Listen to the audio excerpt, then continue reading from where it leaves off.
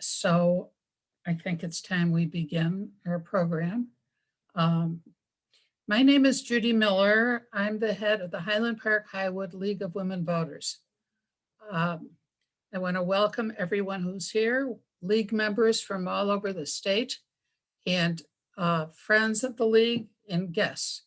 This program is on criminal justice, and I'm glad to welcome members of the public who have an interest in seeing about or learning about criminal justice and learn about ways to reform the criminal justice system in Illinois.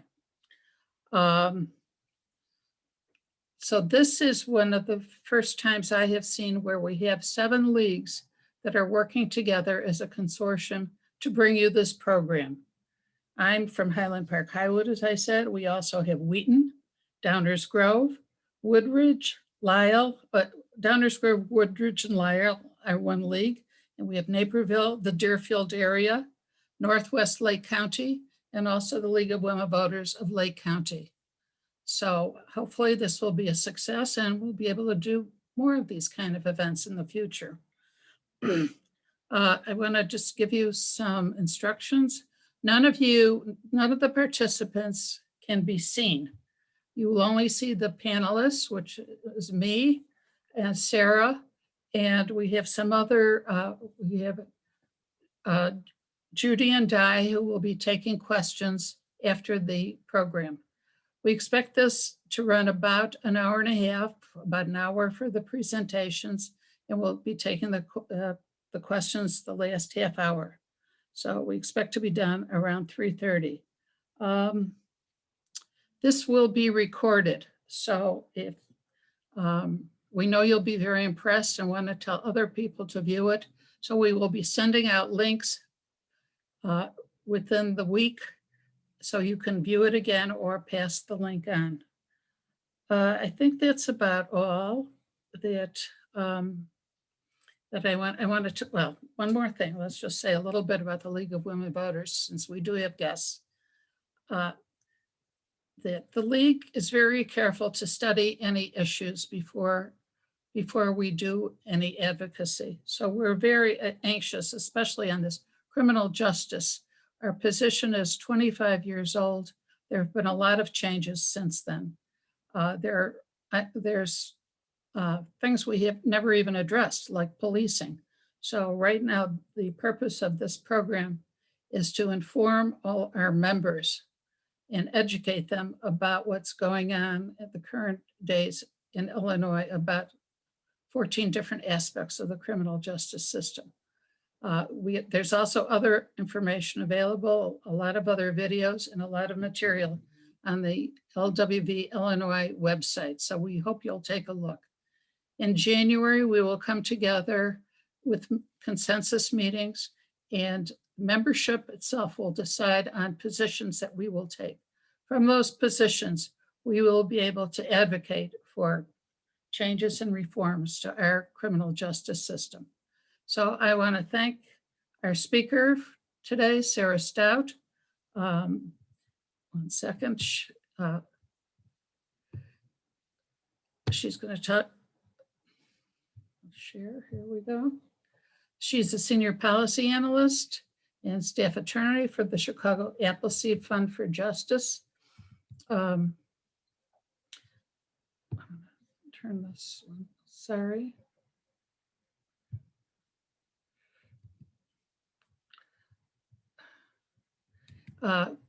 Actually, she's a graduate of the University of Chicago, undergraduate, and she's also the graduate of the law school. And she'll tell you a little bit more about herself. So I want to turn the program over to Sarah Staudt. Welcome. Hi, everyone. I'm happy to be doing this. I know I ran a version of this presentation for Palatine, and I'm really excited to talk to all of you again. Everyone had awesome questions. So now is the moment of truth. I'm going to share my screen. I'm going to see how that goes.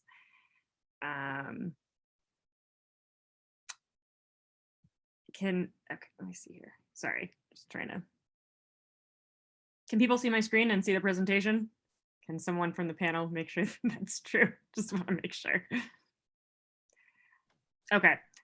So as Judy said, I am the senior policy analyst and staff attorney at Chicago Appleseed Fund for Justice. We're actually about to change our name to something a little bit clearer in terms of what we do. As of January 1st, we will be the Chicago Appleseed Center for Fair Courts. So that's what we do. We work on all sorts of matters involving courts and the legal system and making sure that those are fair and equal for everyone.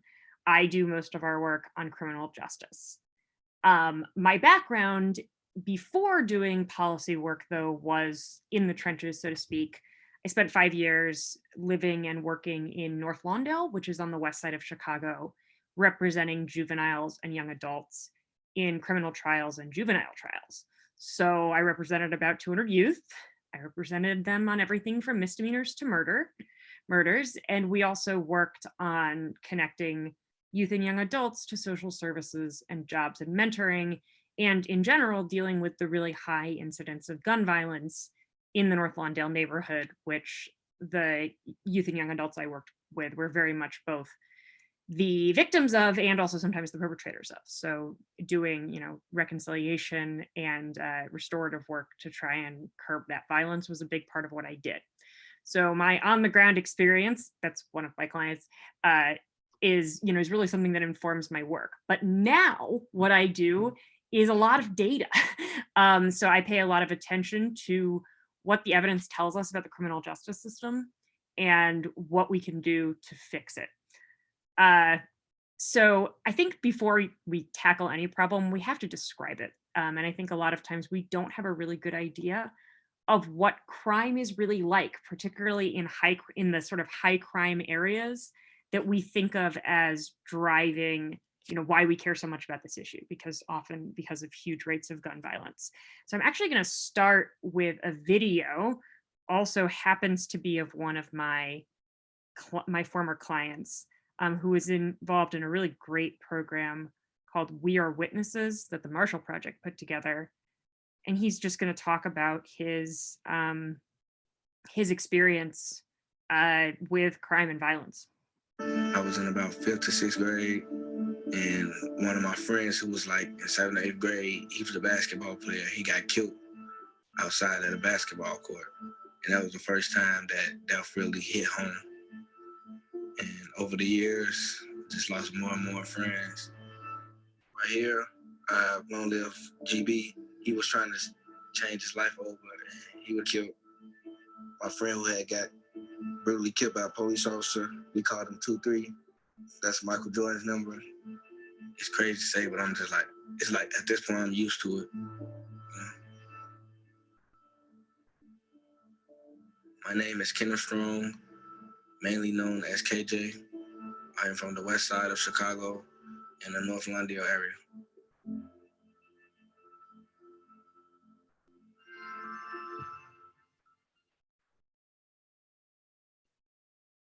North Lawndale, growing up, it was actually fun.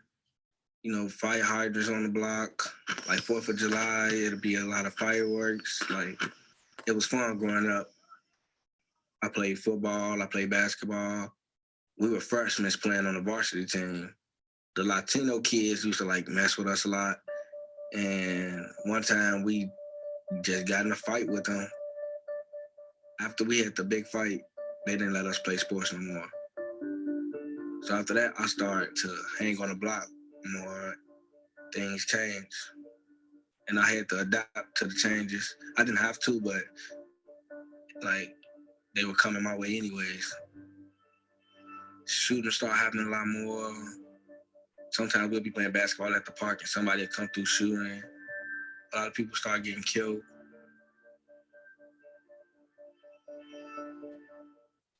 At a point, I got tired of running from bullets.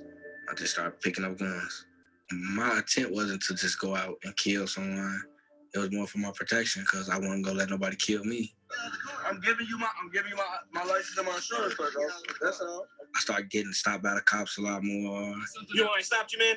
Oh. You can't make a lane change in the middle of an intersection. They'll mainly stop me and search me to see if I have a gun. Y'all can search for guns. We from out west. The police see me as another gangbang on the street.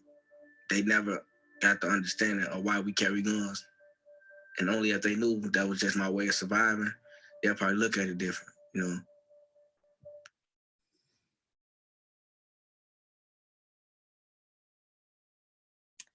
All right, just gonna do my other screen share here.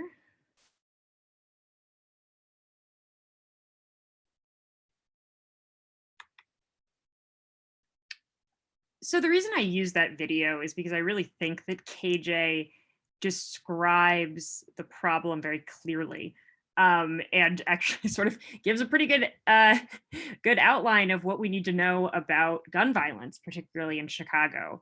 And these are basically, I think, what he describes: sort of an unrelenting pace of gun violence, a lot of trauma and a lot of fear, a lot of despair. And then what we might sort of, if we were psychologists, call maladaptive behavior that's resulting from that trauma, right? So he gets in fights at school, he starts carrying guns, and then there's lots of stuff, of course, that he didn't mention that's very common, things like drug use and withdrawal from your family and suicide attempts and lack of focus in school, and everything else that we know is the result of really what we would think of, worried in another context, is PTSD. And that's exactly what it is. It's post-traumatic stress disorder. And so this is sort of how, this is just my thing, but this is how I sort of began to learn about this cycle of trauma and violence and what is happening in our inner cities to our youth. And that right now we don't have an out route to it. So, pick where you want to start on the wheel, but we can start with gun violence, and that leads to that trauma and that fear and despair. Then we have maladaptive behaviors.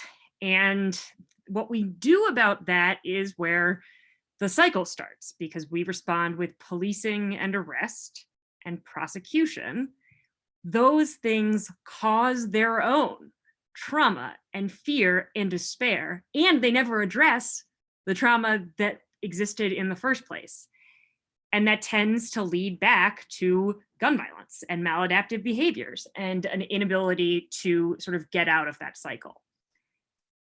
We know that people who experience acute trauma are more likely to be arrested, they're more likely to be jailed, and they're more likely to be sentenced to prison.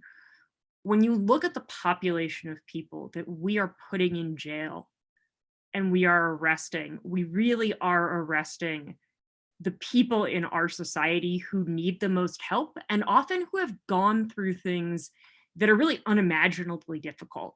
And our response, instead of sort of a caring response, is often towards incarceration. The problem, of course, is then that criminal justice involvement leads to more trauma. It only takes a little bit of incarceration to basically create some really, really bad outcomes for people. If people incarcerated for just 3 days are 2.5 times less likely to be employed. They have a 40% higher rate of unstable housing and a 59% of a higher rate of negative effects on dependent children. Homeless people are often formerly incarcerated. Formerly incarcerated people are 10 times more likely than the general population to be homeless. So we're taking people who need help, and then we're essentially, what we do creates even more need and doesn't address any of the underlying problems. So our response to crime is making the cycle of violence worse. It's not making it better. So how did we get here? And what we've tried so far is really the next thing we have to look at. It's interesting that you said that the last time the League examined its criminal justice work was 25 years ago, which would have been the 90s, right? So the 90s is actually sort of the birthplace of a lot of what we've tried so far. And I think we are now very clear that what we tried then really didn't work. So why do we police and prosecute and punish people the way that we do? Now, what we say about why we do those things is that we are keeping communities safe from people who do dangerous or violent things, that we're encouraging people to follow the law, and that maybe we're stopping people from hurting themselves. And that's especially for things like drug addiction or sex work or other things where we think your behavior is hurting you personally. But the reality is that those things are not what the system results in. Instead, we create continued trauma with violence, dehumanization, and racism that tends to, again, not reach any of our stated goals, but instead create a harder and harder problem to solve. So this is sort of why I said that the 90s are an interesting time to have last looked at something. This is the US homicide rate from 1960 to 2018. And I think there's so much about what we understand about how bad crime is and sort of what we think about the world of whether crime is important that's kind of about this graph. Basically in the 70s, we start having what you would really call sort of the modern era of criminal justice and the criminal justice system in the Nixon administration. And that comes along with a rise in crime and homicides, which peak in the early 1980s. There's a lot of theories about why this is, but it's a fact that it happened. There was a flood of academic research, lots of political campaigns focusing on this rise of urban crime, which really became, and honestly, in some ways still is, the center of national political conversations for years. What's interesting is that by the time we're talking about it in the 90s, crime had already started to fall. Now we're at a rate that is back towards where it was before we even started the modern criminal justice system, but we still act as if we're in a world where crime is higher than it ever was before, and that's not the case. So this is just, I've always liked Voltaire, common sense is not so common. A lot of the times when we think about the way we do our criminal justice system, we think, well, we're just doing what makes sense. But the reality is the things that we think make sense, the reason we think they're good options is because they're what we've been doing. And unfortunately, they don't really work. Our common sense is fundamentally flawed. We are wrong about a lot of the things that we think cause crime and we think stop crime. And until we get it right, we're not going to get anywhere.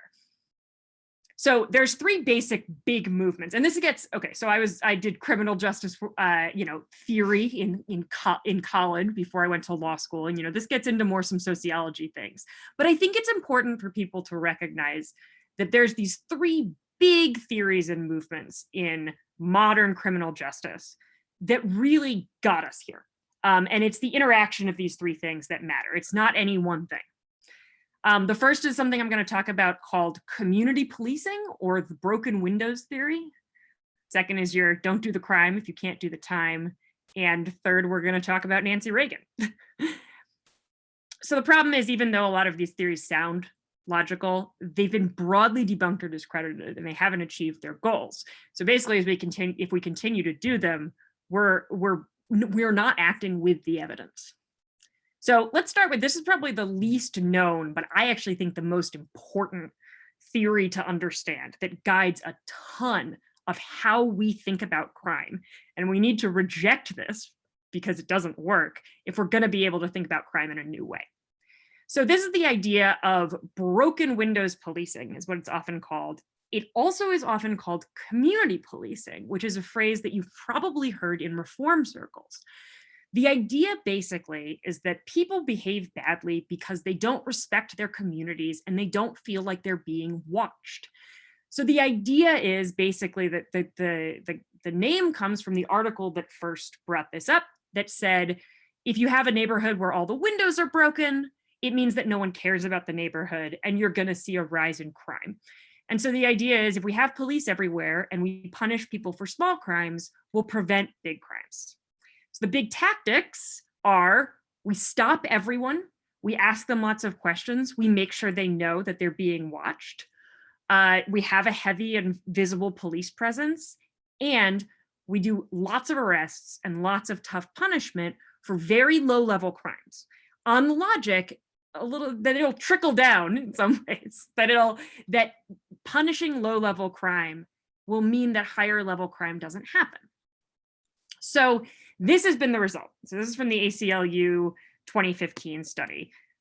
Stop and frisk, which is the policy of stopping people on the streets and asking them questions and searching their pockets, is something that Chicago does more even than New York, which gets all of the attention, I think, for being, you know, the high point of stop and frisk. And what we can see is that it's hugely racially biased in that Black people are only 30% of Chicago and 71% of the stops. Now, it's important to note, this isn't a mistake. The point of broken windows theory was specifically to target neighborhoods with high crime with these kinds of stops and these kinds of arrests because it was believed that it would decrease crime.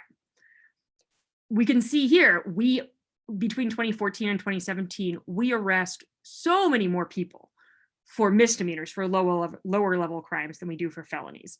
And this is my favorite graph that I made just today because I wanted to check.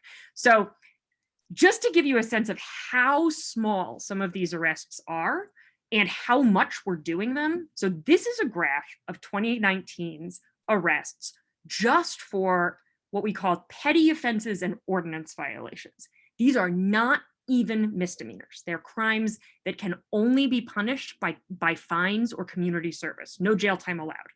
The top 3 charges in this area are drinking alcohol on a public way, something called soliciting unlawful business, which basically means loitering in a way that suggests that you might be involved in either prostitution or drug sales.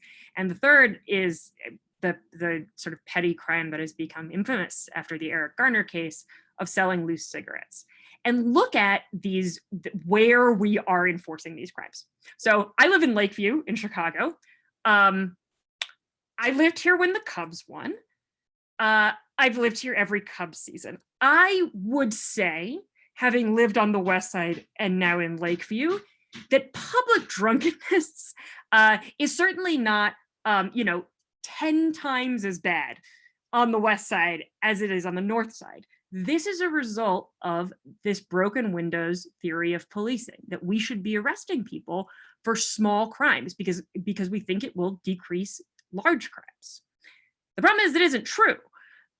We thought it was briefly, and this is sometimes why it got a little bit of, that's why these policies became so prevalent.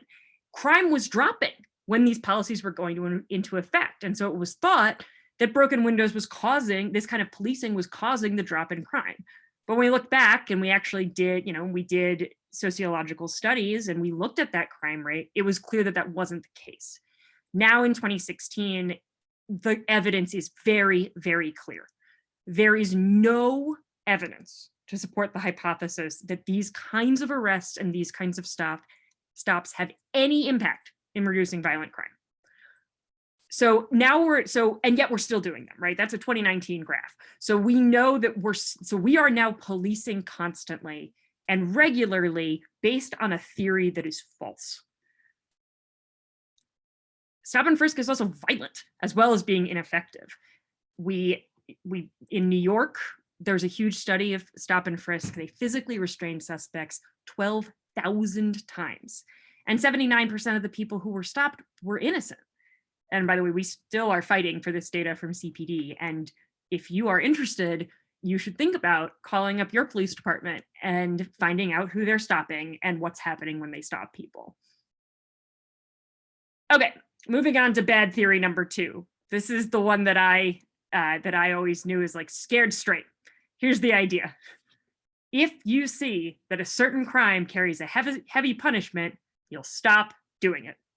The heavier the punishment, the better the deterrence. This is the one I think that is the most common sense, and I think kind of blows people's minds sometimes when I tell them that it is completely without evidentiary merit. So here's the deal. Deterrence doesn't work. We can look at the death penalty to think, okay, this is the most severe possible sentence available. What happened when we increased the use of the death penalty, which we did hugely in the 80s and 90s? It did nothing to deter crime. States with the death penalty have higher crime rates than states without the death penalty. when we started reform and we lowered when we started to reform the criminal justice system, we started to lower incarceration rates, and crime has continued to go down. Prison, on the other hand, we've now learned is making people more likely to commit crimes when they get out because of what they've experienced in prison. And it doesn't have any effect on stopping people from committing crime on the front end. So this is the stat that I think is really important to understand. 88.2% of criminologists do not think that the death penalty deters murder. That's a level of consensus comparable to the agreement among scientists regarding global climate change. And for those of us who care about evidence-based practices, obviously climate change is one of the most frustrating things that we see people refuse to acknowledge is real. Given what I know about the justice system, that's exactly how I feel every time I hear someone say, let's increase the penalty to 20 years for this kind of gun possession because that will stop people from doing it. It's not true, and it's universally known by criminologists not to be true. To the extent that there's anything that does deter crime in terms of stopping people from doing it in the moment, certainty of punishment rather than severity seems to matter. So if we know are you going to get caught is much more important than what's going to happen once you do. And catching every single person who commits every single crime is certainly not what we're doing now, and frankly is probably impossible. The big reason, though, that punishment doesn't stop crime, and we're going to talk about this a little later, is a huge amount of crime is committed by youth and young adults, people under the age of 25. I say this, and then my clients used to get mad at me, but youth and young adults are, from a cognitive perspective, just not there yet. They're just not very smart. So they basically lack those long-term planning skills to say something bad is going to happen to me if I do this. So I'm not going to do it. So this is, probably the most direct evidence locally, I think, about the fact that we can lower incarceration rates, that incarceration rates essentially have no relation to violent crime. We have had a reform in place to decrease the jail population in Chicago for years. We've succeeded. We dropped the population actually by about half. The 2013 numbers are even higher in top 10,000. And shootings have not gone up. There's no relationship. The year that there was a shooting bump, there wasn't an incarceration bump and there wasn't an incarceration dip. These two things seem to be totally unrelated, which begs the question, why exactly we're putting so many people in jail in the first place? Why doesn't deterrence work? It's basically because most people don't make rational, reasoned decisions when committing crimes. They just don't. Most people underestimate how severe the punishment would be, and they think they're much less likely to get caught than they actually are. I think that all of us are having a object lesson in the ways that humans perceive risk of something really bad happening in COVID, and maybe have all seen that, unfortunately, none of us are very good at this. And crime and its consequences have a similar pattern. People are motivated by poverty or economic factors or self-preservation, and a lot just don't think it through. This is like my favorite thing that one of my clients ever said. We had this panel of youth who were up there, and it was a great thing to do, fun to do for your local scout troop or for whatever. I'm totally going to do it again, where the teenagers were the panel and the parents were in the audience and could ask questions about what it's like to be a teenager, which is the teenagers are expert on. And poor Tyrese, who was 16, his mom was not very happy with him. He had made a lot of very dumb decisions involving tattoos and riding on the back of mopeds and other things that are just so quintessentially 16 that it made my head hurt. And so she just stands up, first question, why do teenagers make such dumb decisions? She actually phrased it a little bit more pointedly than that. And Tyrese was great. He goes, okay, so it's like this. So I'm thinking about doing something. And I think, oh man, I shouldn't do this. This isn't gonna be good for me. But then I look around and I get to the end of that thought and I'm like, shit, I already did it.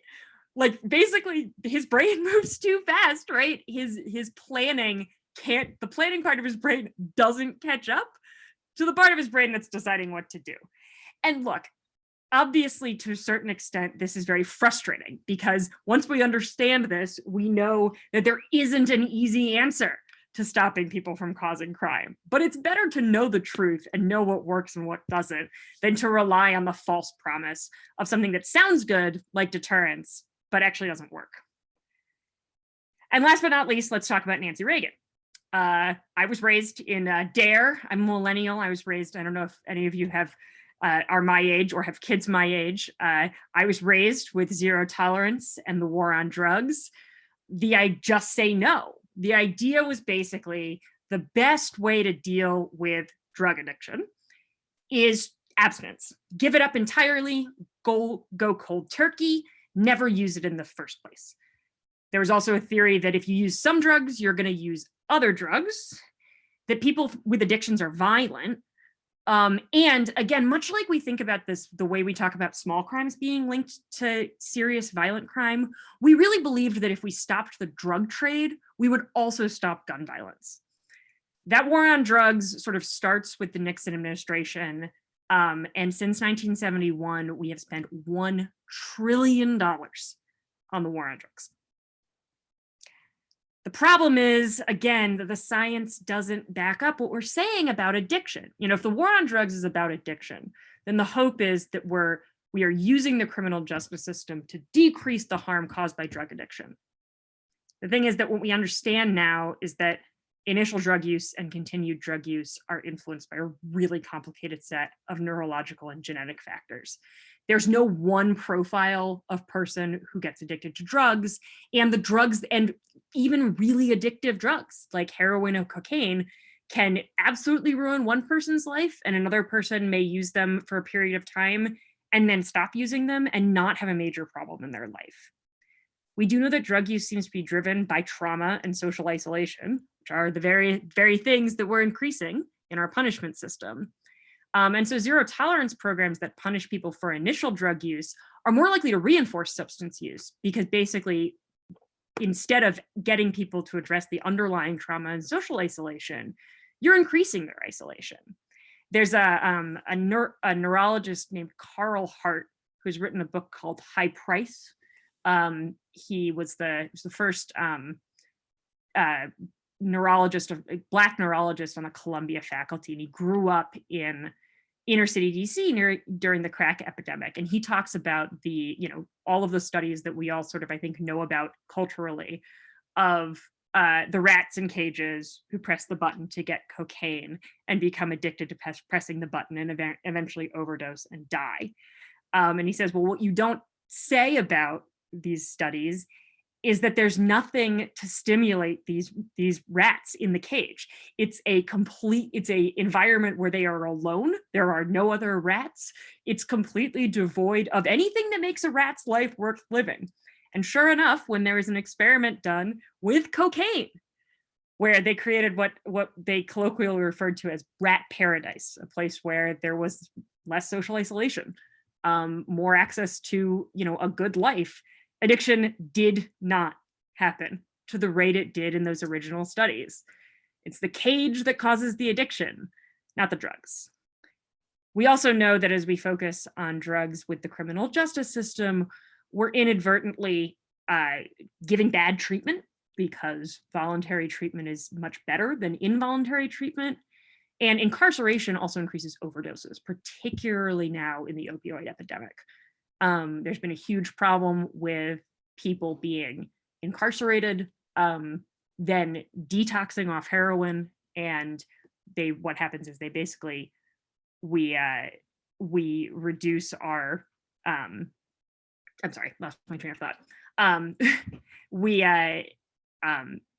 As people sit in jail, they reduce their tolerance to heroin because they've been sitting.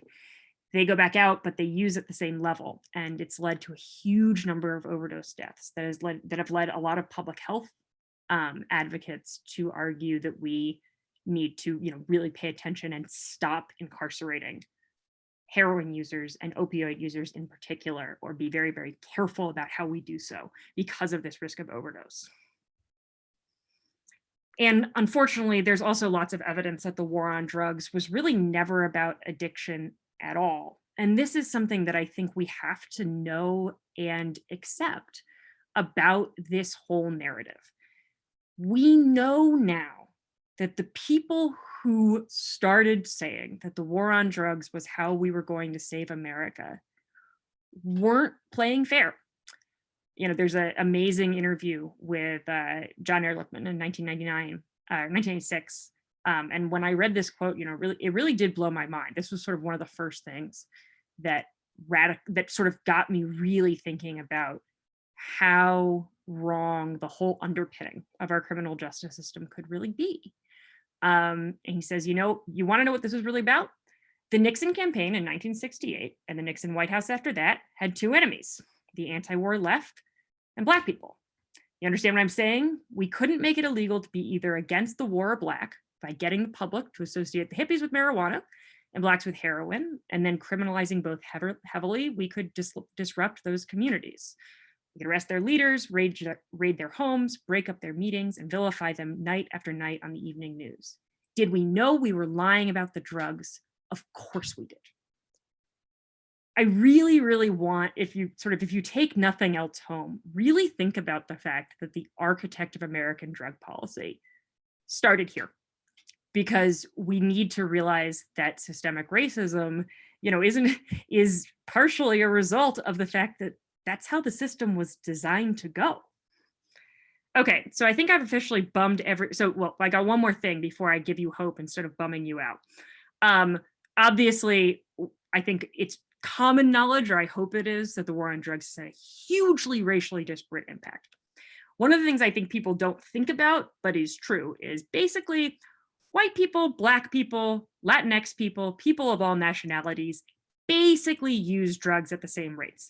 They also basically sell drugs at the same rates, because in general, white people buy their drugs from white people, Black people buy their drugs from Black people. So these are the rates of various kinds of drug use among various populations by race. What I've done here, and this is my analysis, is to talk about arrests per 100 residents. And I mean, I really do think it's rather shocking when you look at just how disproportionate these arrests are. It drives home the point that, unfortunately, the war on drugs seems to be working exactly as Ehrlichman wanted it to, which is that it has led to a hugely disproportionate arrest rate for African Americans that has nothing to do with their rate of using drugs or selling drugs. These three theories were all applied at the same time, and they've led to some really bad outcomes. So that's all the theory. Now I'm going to depress you with how bad the situation is now, and then I promise I will have time and I will tell you how to fix it. Here's the basic problem. We've adapted to these flawed policing and crime reduction policies. So we have huge volumes of cases now moving through the police stations and the courts.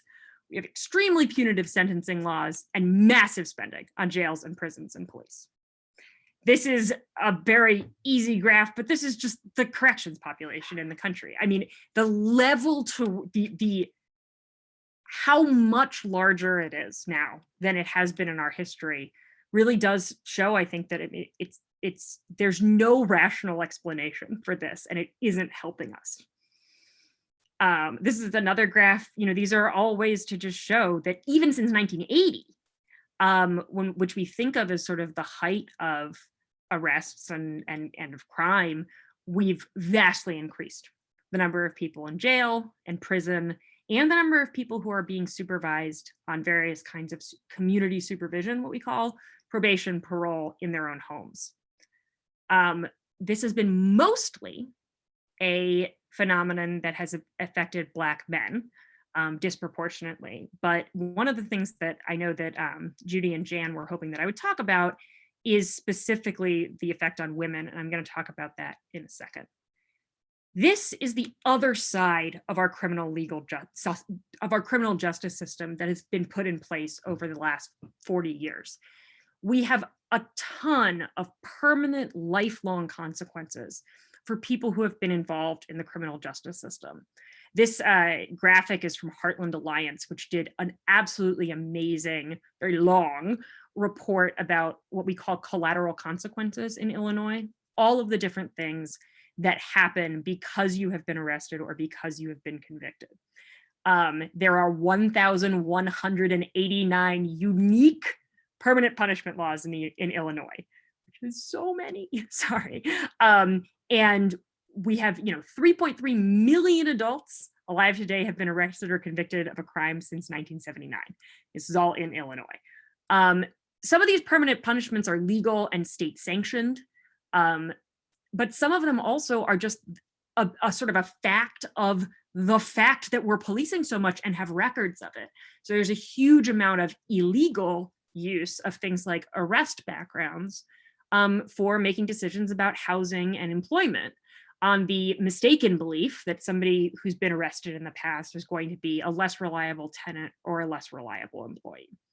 What does this do? It creates a permanent intergenerational set of barriers to social mobility and success. And where does it do it? In over-policed communities. Police presence itself, which brings more people into the system, is exactly what ends up causing some of these intergenerational barriers that we see and we talk about as the cycle of poverty. So I did want to talk a little bit about women in mass incarceration, given the audience, and the stats here are actually pretty scary. Women are sort of the new wave of mass incarceration that we're worried about. The number of women in US jails is 14 times as high in 2015 as it is in 1970, and it continues to rise. And although women are arrested and convicted of crimes at a much lower rate than men, those rates are evening out. And that's not good for anyone, because what it means is that the rates of women being incarcerated are rising. And mass incarceration of women, really both has distinct harms, and it also probably comes from some distinct places. One of the things that's amazing to me, and I learned this both when working with young women who are involved in the criminal justice system, and the research bears it out, is just how connected the criminal justice system and involvement in the criminal justice system is with rape, sexual assault, and sexual victimization.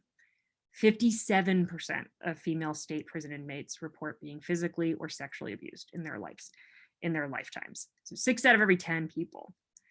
And unfortunately, by the time that people leave prison, that number is even higher. They are 30 times more likely to be sexually assaulted in prison. And they report 75% of the sexual assaults in prison, despite being 10% of the prison population. Part of that is probably, unfortunately, an underreporting of sexual assaults against men, but still, those are extremely alarming stats. The other thing that's unique about women is that most women who are involved in the criminal justice system are primary caregivers of children. 80% of women in jail have minor children, and the overwhelming majority are primary caretakers. So it's just a fact that when we incarcerate women, we are more likely to be disrupting the primary caregiver of a minor child. Meanwhile, there are few resources for crimes where the majority of victims are women, particularly sexual assault crimes. The Chicago Alliance Against Sexual Exploitation did a great report this year showing how the arrest rates and response times for sexual assault cases still lag behind other violent crimes in terms of how many of these cases actually get solved and lead to arrests. This is the blue bars are sexual assault cases, where the black ones are other violent crimes, and we can see it actually does really keep getting worse. And by 2018, 2019, we really are seeing that sexual assault is very often not solved by police, and that's a function of resources. It also takes a lot longer. Days between incident and arrest for other violent crimes are as short as, the average is as short as 2 days. Sexual offenses have a median time length of about 13 days. That's 2 weeks, all the way up to 72 days. So women are increasingly being victimized by the mass incarceration system, and women's in crimes that primarily have women as victims are not being particularly well served by the policing and mass incarceration system either. The other big hotspot is young people. Here's the truth. Most crime is committed by young men. I love young men. They're great. I have a brother who was once a young man. I have a husband who was once a young man. But it's just a fact of all human civilizations, as far as we can tell, that people between the ages of about 16 and 25 are the majority drivers of crime. There's obvious neurological reasons for that. We all sort of know that that makes sense, but it's something to keep in mind, because the reality is that most people move out of this stage of life. Most people do not remain sort of criminals for the rest of their lives. We have a brief and sometimes dangerous stint of criminal activity when we are young, and then we stop. So when we over-incarcerate emerging adults, we shoot ourselves in the foot, because the number one way to make sure that someone does continue to commit crimes into their older years is to incarcerate them. More so than carrying a weapon, gang membership, or anything about your family, if you were incarcerated is one of the most important predictors of whether you will continue criminal behavior. So when we overpunish for 18 to 25-year-olds, we're locking ourselves in, essentially, to having those people have a higher rate of recidivism for a very, very long time. And the reason for that is because we're making it very hard for them to get their lives started at all. Young people don't really have a sort of well of social capital or money to go back to that can be sort of disrupted by incarceration. You know, usually when you're 18 to 25, you're starting at zero. And when you get knocked down at, you know, in the first year of your adulthood, it's hard to ever stand up. So what can we do? For youth and young adults, there's a ton of programs that are sort of being used and should be supported. Raise the age is one that just says we should raise the juvenile court age to 21. We should acknowledge, like we do with drinking, that 18 to 21-year-olds are a lot more like 16 to 18-year-olds than they are like adults. And we should be using principles of rehabilitation and also the second chance that juvenile court gives by not having permanent felony convictions for older young adults. We can also have specialty diversion programs in specialty courts. When I was representing young people, I had my number one goal was to avoid a permanent felony conviction over literally anything else. There was, because the consequences of a permanent felony conviction were so great, and if you get one at 19, that's your whole life that you have to deal with that albatross around your neck. For the most part, we need to avoid incarceration and criminalization of everybody, especially young adults, and especially women, and that's going to help us make sure that we equalize the system. So, okay, I bummed you out. Now I have 10 minutes to tell you how to solve it. We have to fix so there's two basic steps we have to do to fix this. We need to fix what's broken about our justice system, and then we need to reinvest in solutions to violence and crime that actually work. I'm gonna go kind of quickly through this because I'm running out of time. But first we gotta undo the damage. You already know what I'm gonna say because I've been saying it.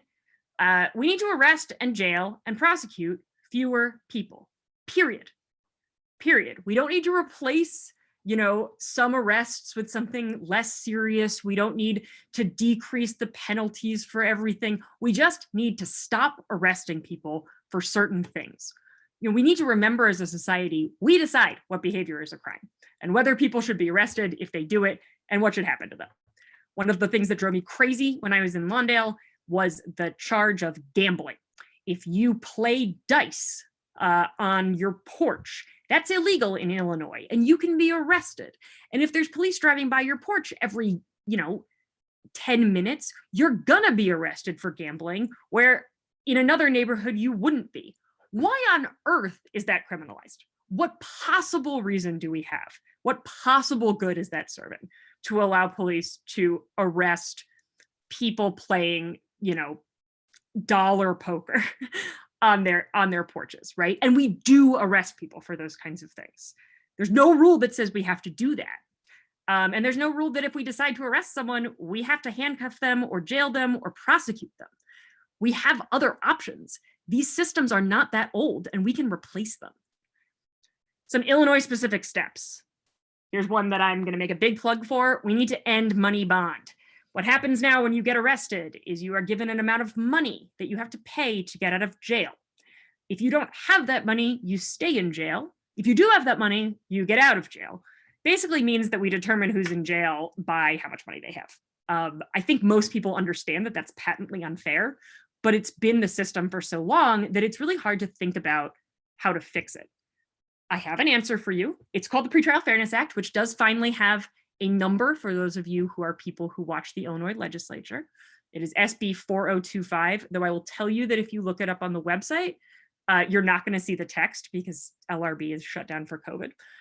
But it's a bill that will be moving through the legislature next year that would completely replace our cash bail system with a system that would lead to many fewer incarcerations and essentially focus incarcerations only on crimes where there's an actual person who may be at risk, who is a victim of the crime. And we need to make sure we protect them. But for drug crimes, for other crimes that don't have a victim, we just shouldn't be jailing people. We also need to defelonize and decriminalize drug possession and addiction to make it easier for basically people who have medical conditions to get them fixed instead of forcing them into a second-class citizen rank and punishing them for something that, you know, is probably more a result of their genetic makeup than their choices. I'm gonna go through this quickly, but if you want to ask questions about it, feel free. There's a ton of research out there, just so you know. Doing these steps, particularly money bond, it's safe and it's effective. It's been studied extensively. In the 3 years since we decreased the use of money bond in Cook County, $31 million in costs were avoided by defendants and therefore kept in communities because we stopped using money bond as much. If we entirely eliminated it, we would do even more. We also need to decrease punishments and incarceration. I think I've talked about that, and I will move on, but I'll just note, if anyone ever tells you that Illinois needs to increase its penalties, particularly for gun possession, you should know that we have the highest penalties for gun possession and gun use in the country. We are the textbook example that having high penalties for gun crime does not decrease gun crime. And so it hasn't worked before. It isn't going to start working now. The last thing we need to do, though, is recognize that the system as it has existed has created a huge amount of harm. It's created a huge amount of harm, and it hasn't fallen on all of society equally. Certain communities, have disproportionately felt the pain caused by mass incarceration. We have to fix that. We have to expunge criminal records. We need to take meaningful steps to stop the long-term effects of a felony conviction, especially if now we're looking back and saying, maybe we shouldn't have criminalized that behavior in the first place. We need genuine, transparent police accountability. I could do a whole presentation on that, but the basics are we need transparency, and we need to root out cultures of explicit racism. Places where we know that white supremacy, open, clear white supremacy is flourishing in police departments. We need to root that out. And the last thing we need to do is increase the accuracy of our courts and reduce the bias in them. We have a huge amount, the bias in our courts we tend to think about as a product of maybe explicit racism, thinking that Black people are less good than white people. The reality is different, of course. The reality is that the bias in our courts isn't about people and what judges think in their brains or know they think. It's about it's basically about the ways that our brain makes judgments that we sometimes aren't even aware of in terms of how we react to people who look like us or don't look like us, or who are unusual in a setting versus people we're used to seeing in a setting. There's a judge in Cook County who talks about this, and he says that he realized that he needed to do something and start talking about implicit bias when he realized that when a white person walks up to the bench, everybody stops and looks and slows down. And that is not just a benefit, that shouldn't be seen as something that's a benefit to the white defendant. It's really a sign that they're taking all of the other cases not seriously enough and not paying enough attention to making sure that fairness is happening. He needs to slow down for every case. There are empirical studies on this. Judges consistently give harsher punishments, expect worse outcomes for defendants when they're given scenarios involving Black defendants. You may have read about the hiring studies where, stereotypically African-American names are used on resumes and don't get hired. We've had tons of the same studies of judges and jurors, and we see the same effects.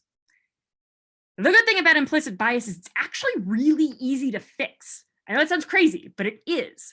Once we recognize that implicit bias and systemic racism are real, and that the racism that's inherent in the system isn't any one person's fault that we can root out and then remove it, but that we have to take this problem on as a society, we basically need to increase awareness. And what's amazing about implicit bias is just knowing about it.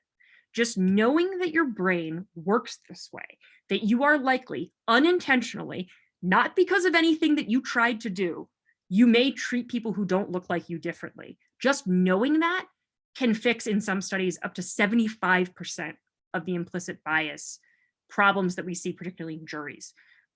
So I don't know if you happen to have seen, there's a Harvard website. It's called the IAT, the implicit, I think it's just implicit bias awareness treatment. What it is basically it flashes up pictures of, for example, Black people and white people, and it's a word association game, like really, really fast. Your brain needs to sort people into categories of, for example, good and bad. And you'll see it. Any person in America of any race will see that you do hold these implicit biases. They don't come from anywhere and they're not intentional.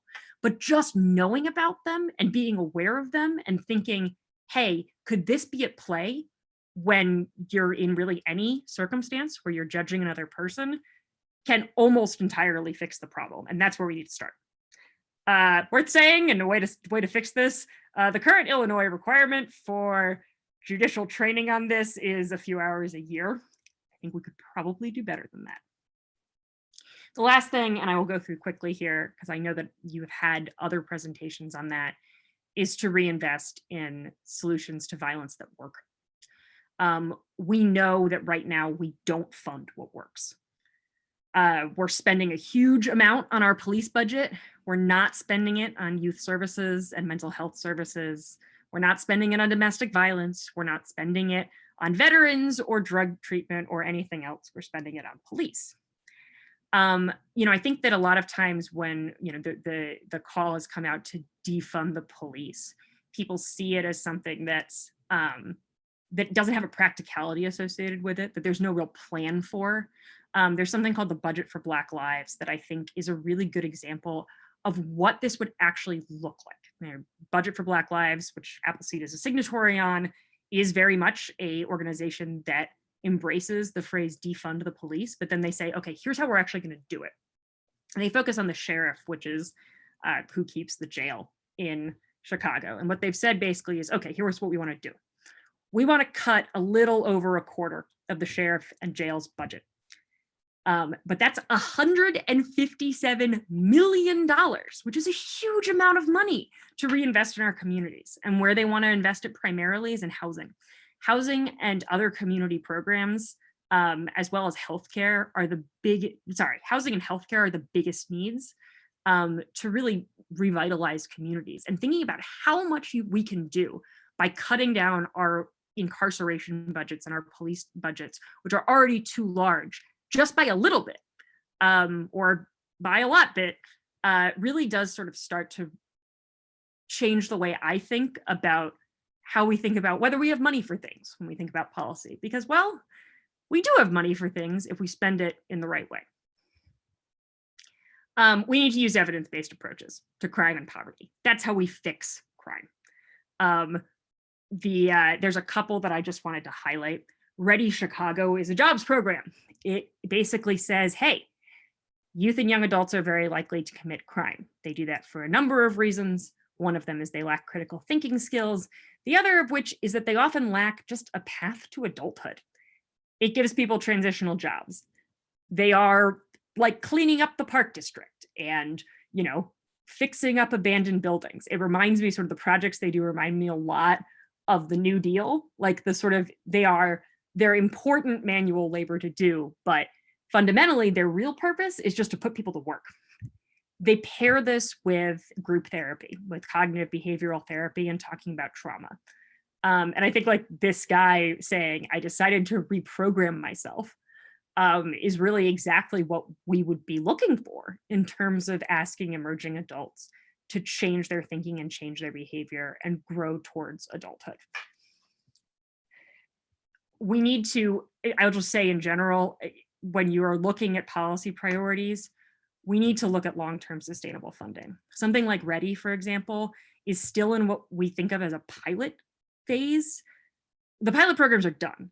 We've thankfully been involved in reform works for 10 years.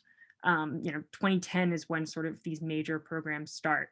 We need to move these sort of pilot startup programs, which is a lot of where some of this stuff got funded at the beginning, into using public dollars to fund what works. And that is why we have to shrink our police budgets and our incarceration budgets, because if we don't, we lack the public funding to fund what we need. I'm going to go through some of this because I do want to leave time for questions. And here's what I'm going to say. This is Michelle Alexander, who wrote a book called The New Jim Crow, which is in 2009, which is really the book that kicked off the criminal justice reform movement. And I really think that a lot of what we see in our criminal courts should cause us to reflect on who we want to be as a society.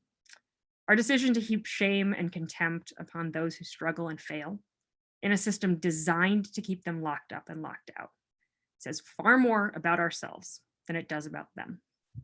And I encourage you, as you're thinking about criminal justice and you're thinking about people who are victims of crime, but also people who commit crime, to think about what you would want for that person if they were your son or your daughter or your brother or your father, and pay attention to what is humane and what is right, because treating people as statistics and as a problem to be solved has failed us for 40 years, and it's really time to do something else. And that's me. I feel like I've been, the thing about this format is that I feel like I'm sort of talking to the void. So I hope that people enjoyed the presentation, but I'm excited to have a little bit more interaction. I feel like I've been talking for a while. Well, thanks a lot, Sarah. This was very helpful. And I've actually seen it before, but you always pick up more when you see it the second time because there's so much great information. So one person had asked, and I think you kind of answered this, but maybe you could give some more insight on it. Would you discuss the effectiveness of cops on the street? And that was in regards to deterrence. And I know that you said police presence can create intergenerational barriers, but maybe expand on that. So I think the thing about thinking about, we often talk about whether we need more police on the street is that, and this is what I've sort of been trying to drive home. Police do exactly what we ask them to do, right? In that the reason our police departments are big is because we decided that what we wanted to do was make a lot of arrests, not just for very serious crimes, but also for lower level crimes. And so if you put more police on the street, they will do that job very, very well. The question becomes, is that what we want them to do? So I think that if we think about it in that frame, it's not so much that an individual police department isn't doing its job well. It's that we're wrong about what their job is.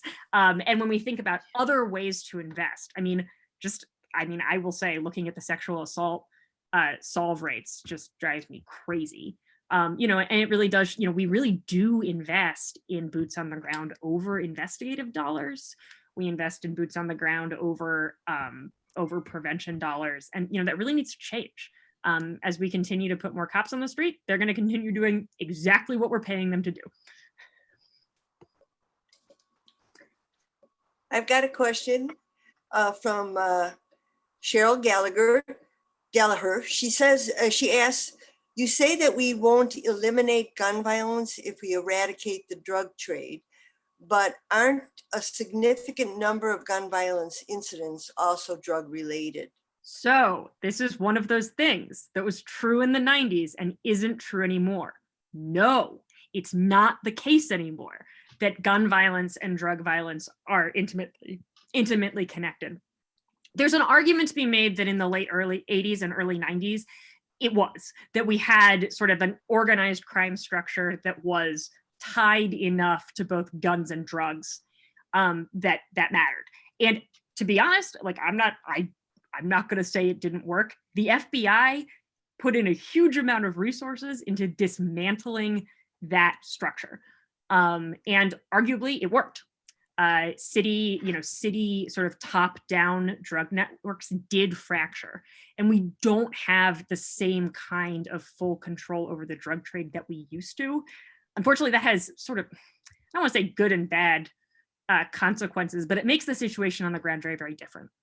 It means that gun violence isn't regimented anymore. It's not a war anymore.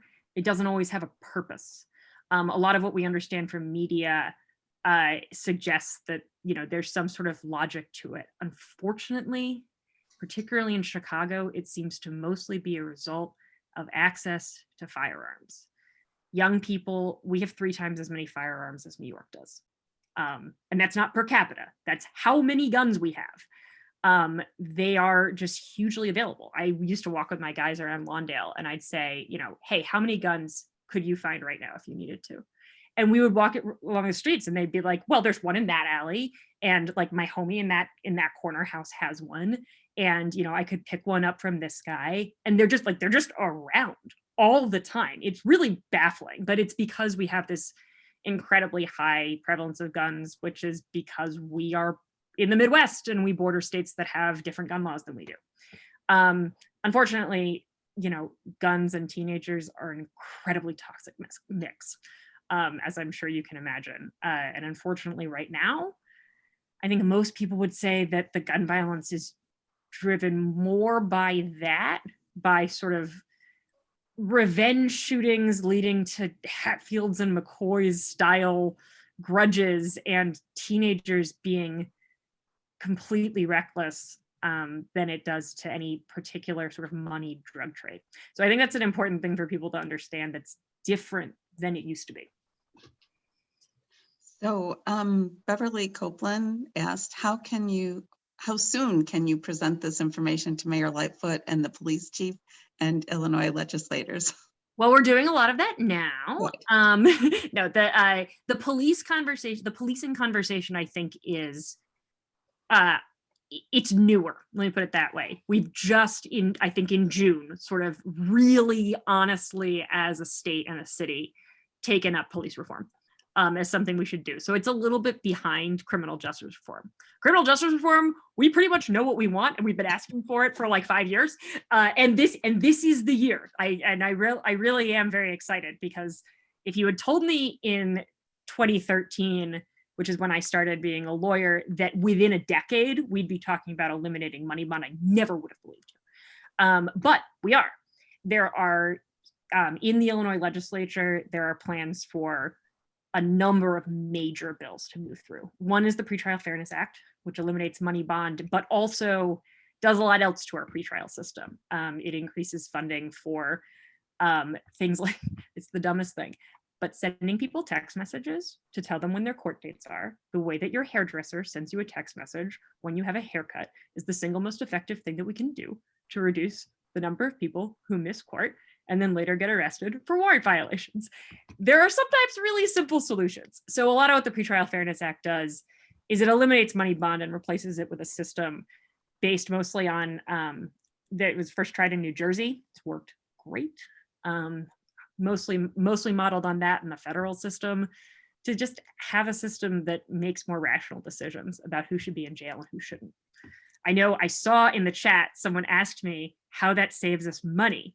And the answer, so I'm gonna go to that question if it's okay, since I'm talking about it. Because so arguably getting rid of money bond by itself does not save counties money, because in fact, some counties rely on money bond revenue right now to fund their courts. Now that's a huge problem in and of itself.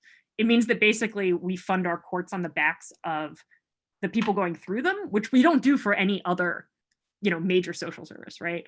But it is definitely the practice in lots of counties.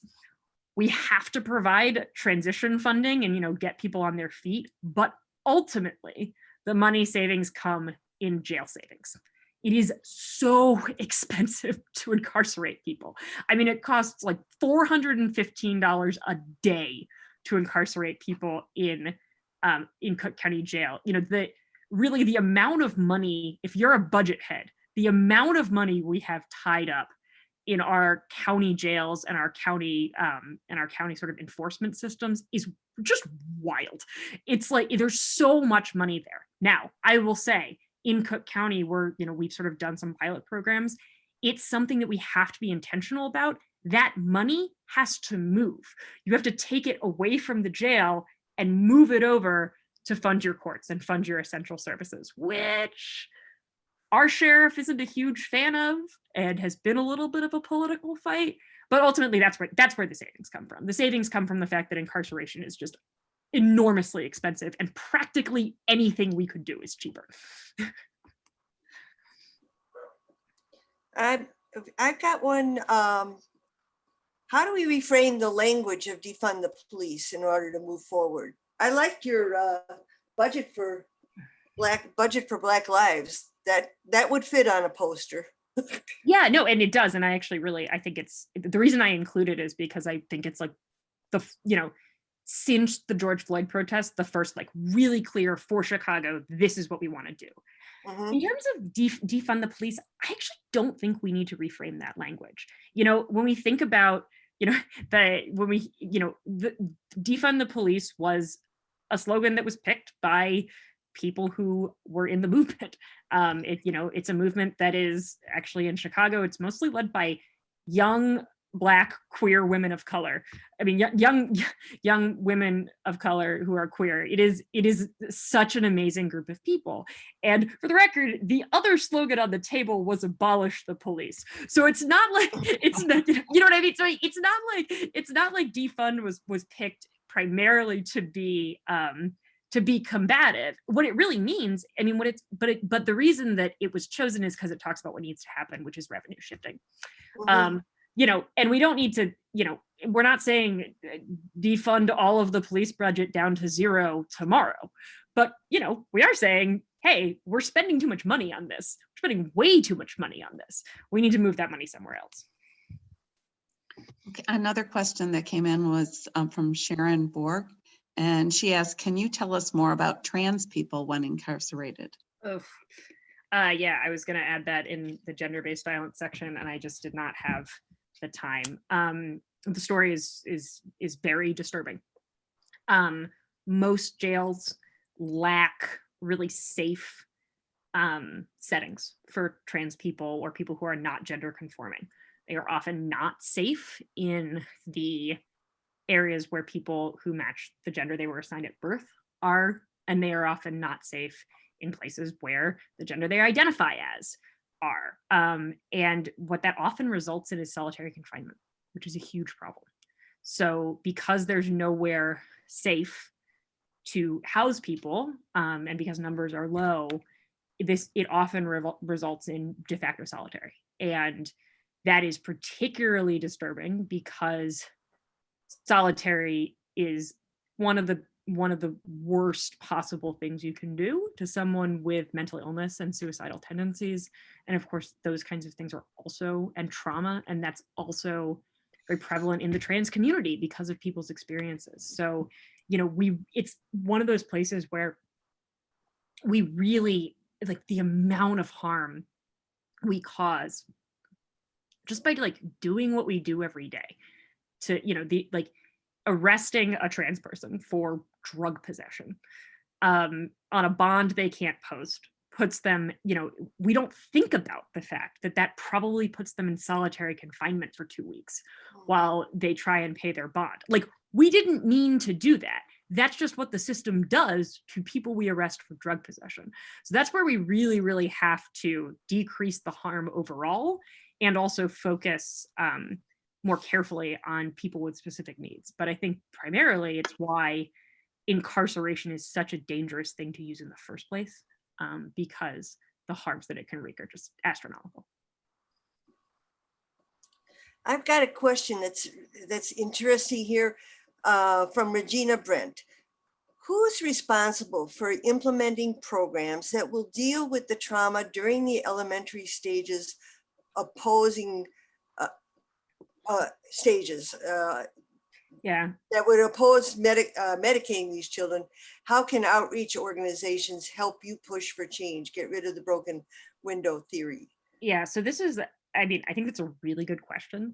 I worked with, you know, I talked mostly about my work with slightly older kids, well, young adults in this presentation, but I also worked with very young kids. My youngest client was 11, which is really screwed up. I should never have had an 11-year-old client. I was representing people in delinquency court, but I did. But, you know, I mean, we talked about them and there hasn't been enough research. There is a small population of highly traumatized youth, I would say, who are at the highest risk and who do not have sort of any of the social supports they need to move through life. They tend to be child protection involved. They tend to be kids who've experienced trauma very young. And the first thing we need to do is invest in research about what to do, because honestly, they're kind of an understudied bunch of kids. But I think the second thing is you pour resources into them. I mean, basically, there's somebody else who asked, what would you do if you were the CPD? What would you do? The first thing you would do to reduce gun violence? And my answer is I would give every single kid over the age of 14 a job. That is what I would do. 100%. I would give the kids who are in school a summer job, and I would give all of the adults under 25 a transitional job. And if there wasn't enough work to do, we'd make it up. Because the thing that we saw was that the ability to just earn money and start working towards independence, which is all anybody wants. Like, I think about what I wanted when I was 19, and I'm like, I wanted an apartment. That's all I wanted. Like that, you know, I just wanted to not live with my parents anymore. You know, we're all quite similar. And, you know, it's anecdotal, but we really found that we had a number of jobs programs, and we just found, I don't think we ever had a kid or a young adult arrested for a really serious crime when they were full-time employed. It just doesn't happen. I don't know what it is. I mean, you're too busy. You have too many options. But, you know, that's the kind of thing that, I mean, yeah, that costs a huge amount of money. You know, it's not one of these reforms that I can say has a small price tag, but that's exactly why you have to shift our resources, because that's something that works. Yeah. Perfect. Here's one. How can a toxic culture in the police force be remedied? It's hard is where I'm going to start. I mean, I really do think that the first step of the problem is acknowledging it, and we really aren't there yet. It's amazing how we're sort of just starting to come to terms that we have major groups of overt white supremacists in a lot of our police departments. And I think social media has made that clearer because people are putting their opinions out into the world where you can find them. And that is really revealing a lot of what we see. That can't be tolerated. There's just no world in which we can tolerate, you know, overt racism within our police departments. But the second thing we really need to do is we need to retrain, but we also need to totally we need to reorient the way we think about training. For years, we have trained police. There's a book called Rise of the Warrior Cop. That's very, very good, that talks about this. We've essentially trained our police to act like they're going to war. That is not true, first of all. They're not. They're going to police, you know, their fellow citizens. But it also means that the way that police are trained to think about conversations with the public is super combative, super risk averse. And all of those things increase the impact of implicit bias hugely. So, you know, there's crazy research on, you know, there's a reason that, you know, cops tend to fire at fleeing Black suspects more than they fire at fleeing white suspects. It's not, you know, that's not explicit racism. That's implicit bias, but it is, you know, your finger goes quicker on your trigger. You are more afraid. Your feelings of, you know, anger and fear are heightened. We have to get away from that mentality entirely. I tend to be a person, although this is my personal opinion, I tend to be a person who thinks we probably need to knock things down and build them from the ground up. There's a lot of systemic stuff just built into the way that we understand what a police department is. And the small number of cities who have really made a big difference in their police departments have done that or almost that, have really totally changed structure and leadership, grown out their union contracts, done the whole thing, you know, fired every single person and made them reapply, you know, really radical things. And I think probably that's the kind of thing we need. And it's hard to work towards and it's scary to think about, but that's why we need to plan. This leads into a question by Paul. Can you reference any US cities or counties where there are changes that we can model in our region? So for policing, it's pretty grim everywhere. I'm not gonna lie, but there are departments that are doing well. Camden, New Jersey, is sort of the case study in the idea that you can, in fact, knock a police department entirely down and rebuild it, and they've had some pretty good results.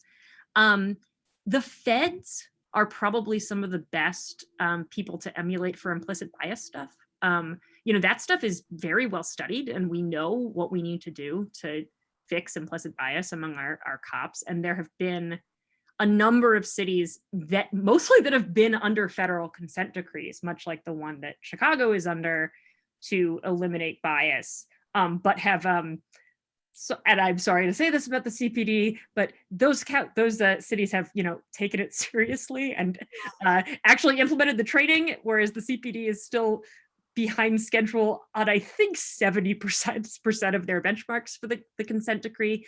But Vegas had a really good result with implicit bias training. That's the one that I remember off the top of my head. But there are a number. I mean, even LA has argued, and New York have arguably done a lot more than we have to really change the way policing works. Certainly, they've done more to change police practices than we have. Here's one from Emily who says, do you have data on the population of people with disabilities in jail and prison? Yes and no. It's really hard to find out, right? I mean, because disability is such a diverse group of people. So I'm actually in the middle of, I'm working on a bill to work on medical release to get people with really serious medical conditions out of prisons. And, you know, it's interesting. We don't have a mechanism for easily counting people who are disabled, because like we can count the mobility disabled, but we do it literally by counting wheelchairs. Like, you know, we don't yet have the data systems in place to flag people in a way that's helpful for that. And that's actually a huge problem. One of the things that's really concerning to me also is when you look at developmental and intellectual disabilities, you know, we're really often missing, especially in defendants and people who are accused of crimes, we're missing, you know, really, really big things about how their brains work and what they understand and what they don't. And that's just a result of the same outdated thinking of like, well, it doesn't really matter who you are. You do the crime, you do the time. I've got a quick one about police presence in and around Chicago schools. Can you talk a bit about school resource officers? Why do you think I had an 11-year-old client? Sorry, that's my, honestly, sorry to be Yeah. rude, but that's my feeling. Generally, look, there is nothing that can happen in a grammar school that is, all schools in Chicago are like less than 10 minutes drive, usually less than 5 from the local police station. There is nothing that can happen in a grammar school that is best handled by a police officer, I would argue. When you're a hammer, everything you see is a nail.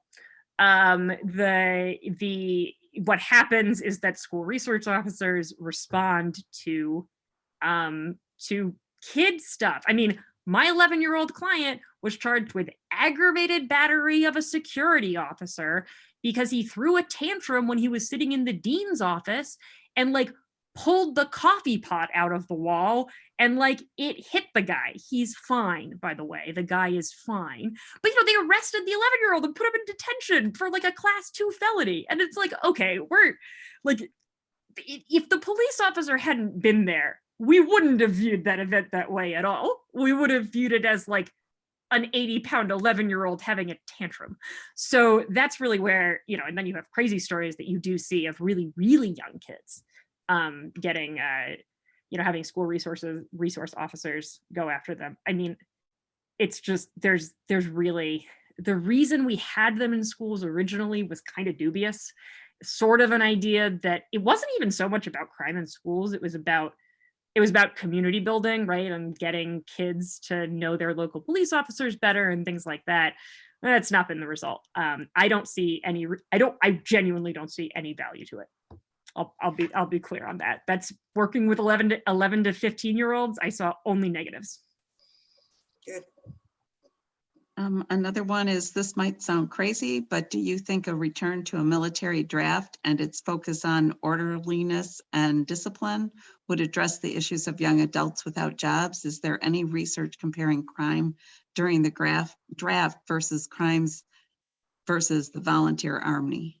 So no on whether crime was higher or lower during the draft. I don't think there's any research on it. In general, crime gets worse when we have more 18 to 25-year-old men. That's like, I hate to blame everything on them. I love them very much, but that is the demographic trend. Actually, I think that military type programs are not at all the best solution here. One of the things that that it's been a model that's been tried a lot, of sort of various kinds of boot camps and service programs that have a very regimented discipline system. They tend to go to zero tolerance. And for people with trauma symptoms, zero tolerance is really hard because sometimes they're reacting or overreacting or underreacting to situations because of their trauma that make it very hard to just follow rules. I mean, someone asks about medication earlier. One of the things that one of the psychologists I worked with talked about is, PTSD in 7 to 12-year-old boys looks like ADHD. That's what it looks like. Basically super inattentiveness, super fidgety, because they're hyper alert. They're always looking over their shoulders, which looks like a kid who can't pay attention, right? Jumpy, excitable. And so I think that actually a lot of and it sounds very touchy-feely, but I think it's really true.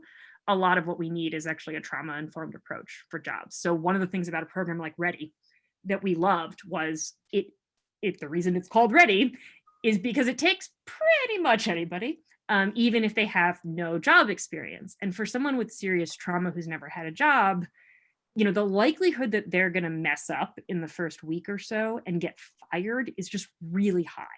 And that was always a huge problem for our young adults. And so having a program like READY where, it was a job, they got paid, and there were consequences if you, flew off the handle at your boss, you went home for the day, but no one was going to fire you because that was part of the deal. That was part of what we were trying to address. And you would talk about it the next day. And there were people on staff you could talk to, right? That is hugely important. You got to walk before you can run. And I think that a lot of times we think about the reason that people are breaking the rules as being about because they want to or because they need more discipline. For a really high number of people, it's because they can't do anything else. And no amount of telling them to do it tends to make that work. Can I interrupt you? How many more questions do we have left? Di and Judy, are we? We have a It's, question about the, 3:30. So let's just do one or two more. I'll say someone asked about 13th. 13th is Yes. great. You should watch it. It's fabulous. It's a fabulous 101 to all of this stuff. It's on Netflix. Ava DuVernay, great stuff. and there's a question about Federation of Police, what we can do about them. So we can do something. One of the problems with how our police departments have become so difficult to manage is that we have things included in their union contracts that we wouldn't have included in other kinds of union contracts. So, I mean, we think about, the kinds of arbitration clauses and records clauses that the FOP has pushed for. We have the ability to make laws that say that certain kinds of clauses are against public policy. We don't have to allow them.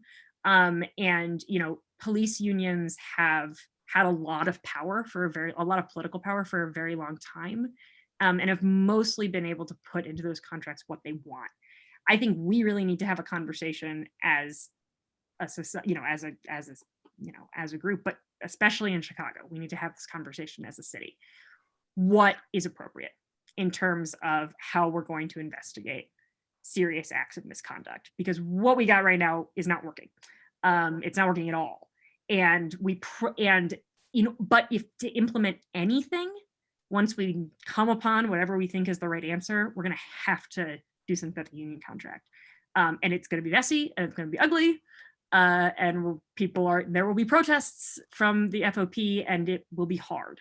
But I think that fundamentally we have to just say what's true, which is that a union contract that lets somebody who killed a civilian basically hide from accountability is not one that we can tolerate. True. Okay. Well, I think we'll stop it there. We could probably keep going on with questions for quite a while. Sarah, I cannot thank you enough. This program was terrific. I think a lot of us wish they had a lot of people outside the 50 or so that we had here could hear what you have to say. Well, And We'll What? spread it. no, if I have a closing word, some of the stuff that I said here, like I said, common sense isn't common. When you hear people making these statements about how the criminal justice system works or how it should work, challenge them, bring up the data, talk about it. That's how we spread this word. I agree with you, Judy. I wish there were more than 50 people here too, Absolutely. but really, well, please do. yes, in the league, I think will, with study and listening to what you had to say and other experts, I think we will be able to come to some very good policy decisions. And hopefully we can be part of the discussion. Hopefully there'll be more discussion in Springfield and Chicago and whatever that we can influence. But anyway. I wouldn't be worried about missing the boat. There's a lot to do. There's a lot and it's not going to happen quickly. We know that. So we have to have patience. So thank you again. And is there anything else you'd like to say? Only someone asked me for my email address. And you guys are welcome to send out my email address to attendees if people want to contact me. Okay. And particularly if, as individuals, you have any interest in working on the money bond issue, we are actively working, particularly in the suburbs, to talk to legislators about that. So if that is something that excites you, please get in touch. Would they be contacting, is that through Chicago Appleseed? Yeah, you can. We're a member of the Coalition to End Money Bond, which is the coalition of organizations pushing it. But Well, after our consensus, there's a good possibility. Yeah. We would be part of the coalition as well. But yeah, So suburbs are hugely powerful right now in terms of pushing this stuff. So talk to your reps if this matters to you. Absolutely. Well, thank you again. And Thank okay. Thank so you. long. Thank you.